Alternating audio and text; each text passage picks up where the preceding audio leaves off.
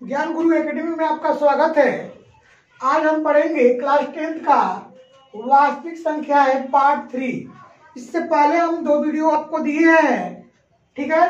संजीवनी बूटी वाली क्लास, ये हमारा वास्तविक संख्या का पार्ट 3 ये लास्ट है। इसमें का जितना भी क्वेश्चन आपको बताए होंगे बहुत ही इम्पोर्टेंट क्वेश्चन है, इससे बाहर का क्वेश्चन आने वाला नहीं है, ठीक है।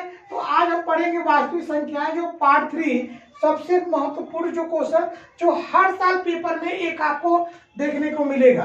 तो क्वेश्चन क्या है कि सिद्ध कीजिए कि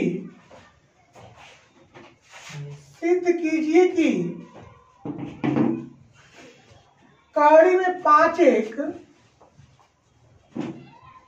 अपरिमेय संख्या है। क्या है? अपरिमेय संख्या है। ध्यान से समझिएगा, क्वेश्चन क्या कह रहा है कि सिद्ध कीजिए कि कड़ी में 5 एक अपरिमेय संख्या है। आपके एग्जाम में कड़ी में 5 की जगह पे कड़ी में 2 दे देगा, कड़ी के आप इसके जगह पे कड़ी में 3 लिख देगा, कुछ भी लिख सकता है, 7 भी लिख सकता है, लेकिन हम 5 पे लेकर चल रहे हैं। बस 5 के स्थान पे आपको 2 बदलना पड़ेगा, 3 बदलना पड़ेगा, बाकी जो इसका लिखने का तरीका है सब सेम रहेगा। समझ में आया? तो आपको कड़ी में 5 एक अपरिमेय संख्या हमको सिद्ध करके दिखाना है। तो देखिए इसको कैसे सॉल्व करेंगे, ठीक है। जब हमारा कड़ी में 5 एक अपरिमेय संख्या है तो इसको हम मान कर चलेंगे कि ये परिमेय संख्या क्या है, परिमेय संख्या। माना कड़ी में 5 एक क्या है, परिमेय संख्या है। क्या है? परिमेय संख्या। सबसे पहले हम मानेंगे कि कड़ी में 5 एक क्या है, परिमेय संख्या है। और परिमेय संख्या को हमेशा कैसे लिखते हैं, P बटा Q के रूप में लिखते हैं, ठीक, भिन्न के रूप में लिखते हैं। इसको कड़ी में 5 बराबर इसको A बटा B लिख सकते हैं, मतलब ये हमारा परिमेय संख्या है। कड़ी में 5 क्या है, एक परिमेय संख्या है, ठीक, जहां A और B सभाज्य क्या है, सभाज्य पूर्णांक है। क्या है? सभाज्य पूर्णांक है, ठीक। B नॉट इक्वल टू 0, मतलब 0 नहीं होना चाहिए। मतलब कड़ी में 5 A बटा B, मतलब पूछा गया कि कड़ी में 5 एक मान के चलना परिमेय संख्या है, तो कड़ी अब इसका मल्टीप्लाई कीजिए तो कड़ी में 5 B बराबर हो जाएगा A। कड़ी में 5 B बराबर क्या हो जाएगा, A। दोनों पक्षों का होल स्क्वायर कर दीजिए, या दोनों पक्षों का वर्ग करने पर, ठीक। अगर वर्ग करेंगे ये हो जाएगा कड़ी में 5 B का होल स्क्वायर बराबर ये हो जाएगा A स्क्वायर, ठीक है। कड़ी में 5 का अगर स्क्वायर करेंगे तो क्या आएगा, 5 B स्क्वायर, और ये हो जाएगा A स्क्वायर।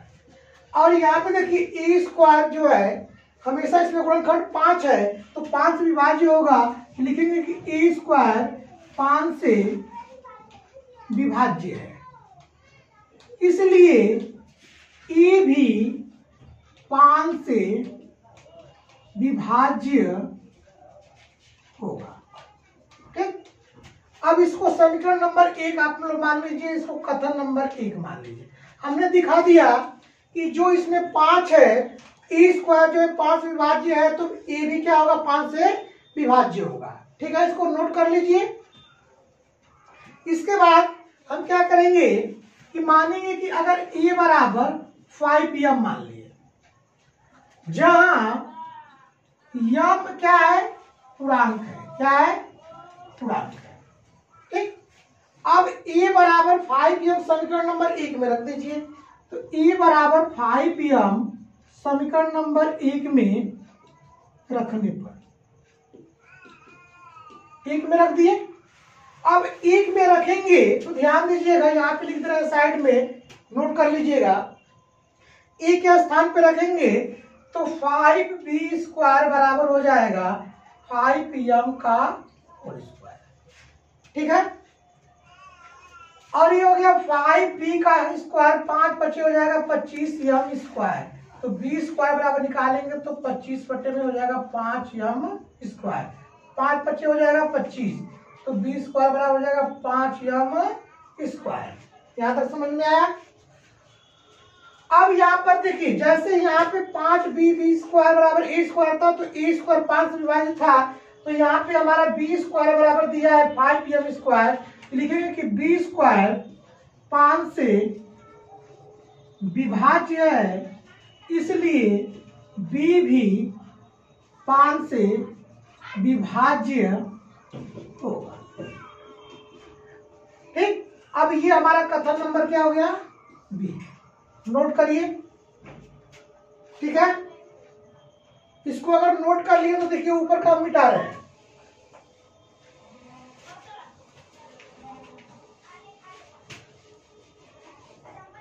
अब लिखिए, अब देखिए कथन ए और कथन बी। ए भी 5 से विभाज्य है और बी भी क्या है, 5 से विभाज्य है। इसका मतलब कि गुणनखंड इसमें क्या बन रहा है, 5 बन रहा है। तो लिखेंगे कथन ए और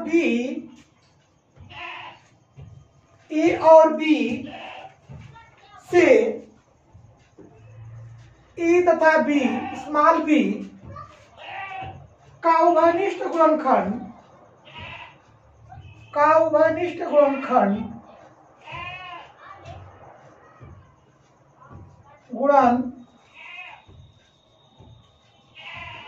खंड क्या है, 5 है। क्या है, 5 है।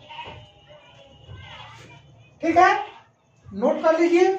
ए और बी सअभाज्य, ए और बी सभाज्य पूर्णांक नहीं है, इसलिए कड़ी में 5 एक परिमेय संख्या नहीं होगा। अतः कड़ी में 5 क्या होगा, एक अपरिमेय संख्या है। क्या है, ये हमारे कड़ी में 5 क्या है, पर अपरिमेय संख्या है। ठीक है, इसको नोट कर लीजिए। ठीक है,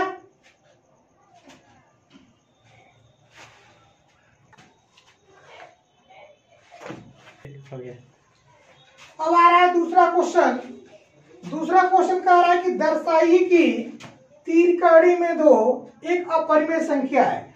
बस आप लोग को इसके स्थान पे 5 कड़ी में 2 दे सकता है, 7 कड़ी में 2 दे सकता है, मतलब कुछ भी दे सकता है।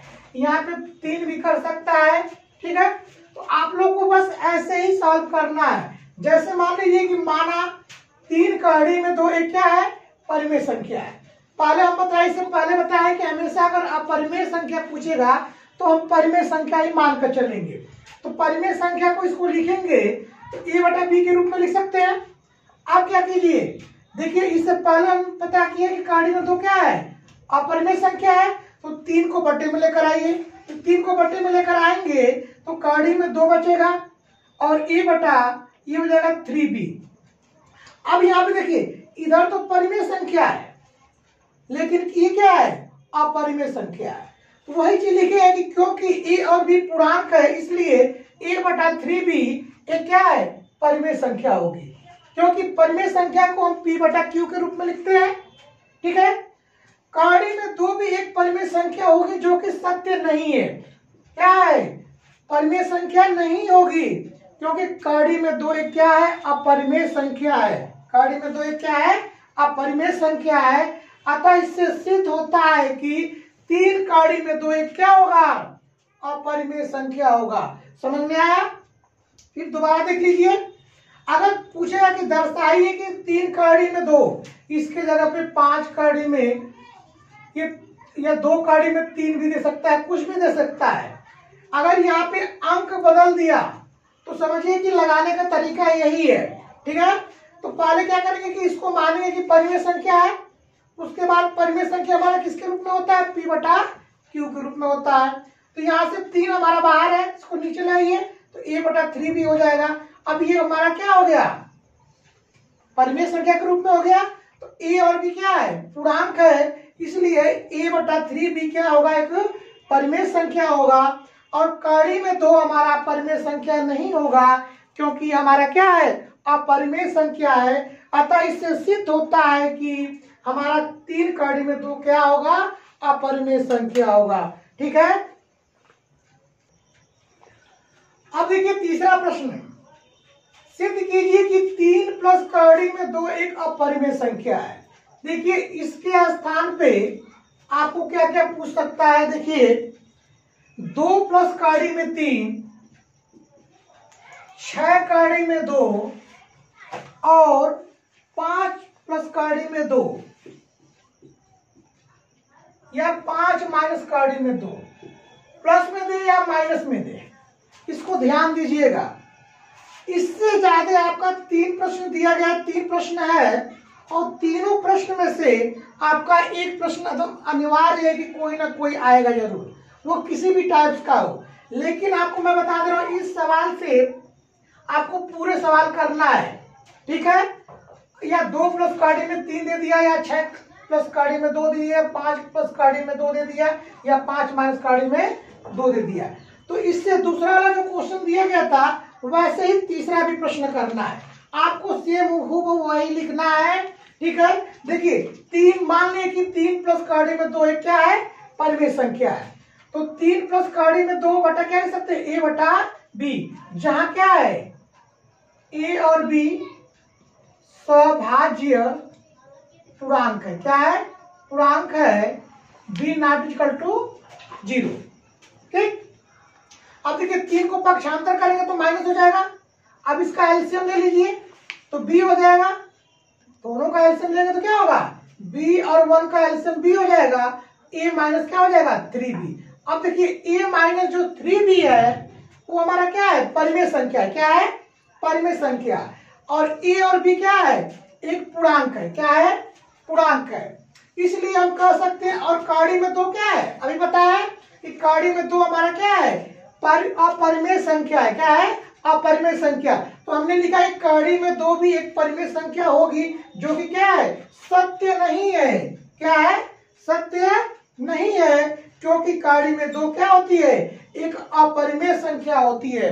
क्या होती है, अपरिमेय संख्या। अतः हमारी कल्पना गलत है। इससे सिद्ध होता है कि 3 प्लस कड़ी में 2 क्या होगा, अपरिमेय संख्या होगा। ठीक है, समझ में आया? तो नोट कर लीजिए इसको या स्क्रीनशॉट मार लीजिए। ठीक है। और जो भी क्वेश्चन आपको समझ में नहीं आ रहा होगा तो कमेंट बॉक्स में जरूर लिखिएगा, उस सवाल को हम दोबारा आपको बताने का प्रयास करेंगे। लेकिन हमारे संजीवनी बूटी वाला जो क्लास है इसको छोड़िएगा मत। अगर छोड़ देंगे तो समझिए कि आपके लिए घातक बन जाएगी। ठीक है। तो इसको जो भी संजीवनी बूटी वाला क्लास अगर ले रहे हैं तो जो भी चीज पढ़ाया जाता है उसको ध्यान से आप लोग पढ़िए। ठीक है। तो आज के लिए हमारा 3 प्रश्न जो दिया गया है वो संजीवनी बूटी के लिए आपको काम करेगा, और ये तीनों के तीनों हमारे वेरी से वेरी इंपॉर्टेंट क्वेश्चन है। ठीक है। और जो भी नहीं समझ में आएगा उसको कमेंट बॉक्स में जरूर लिखिएगा कि सर हमें क्वेश्चन समझ में नहीं आया। उस क्वेश्चन को दोबारा हम बताने का प्रयास करेंगे। तब तक के लिए धन्यवाद।